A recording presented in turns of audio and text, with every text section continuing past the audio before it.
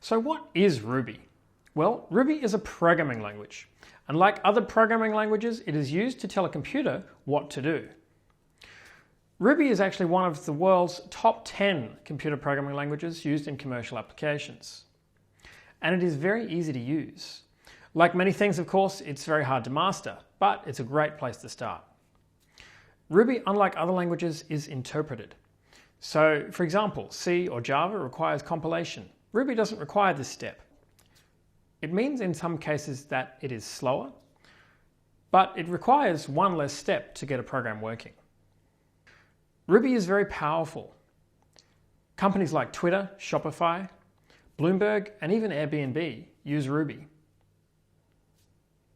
So you may have heard of Ruby on Rails. What's the difference between Rails and Ruby? Well, first let's talk about the full stack. So this is another term you've probably heard about.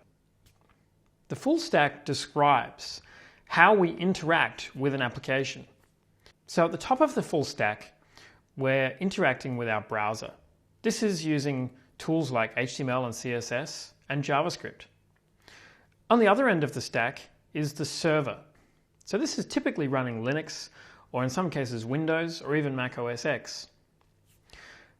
A web server runs on our server. You may have heard of some of these terms, but you don't need to worry about this for now. Things like Apache or Nginx or Puma, they allow us to serve our application. Then sitting behind the web server is Rails, which is actually written in Ruby.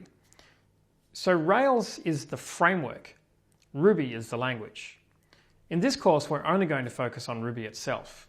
You can check out our Rails course to learn more about how to use Rails. But I do highly recommend that you know a little Ruby at least before attempting to use Rails. And of course, to round that out, at the bottom of our stack is a database. Not every application requires one, of course, but most do. So what does Rails provide? Rails provides the tools to speak HTTP. So HTTP is the language of the web. You may recall when you type in a web address in your browser, you often need to include the http://. That's an indication that we're using HTTP. We'll learn more about that in the next course. Rails also provides libraries to model data and talk to databases. And it uses what's called an MVC pattern.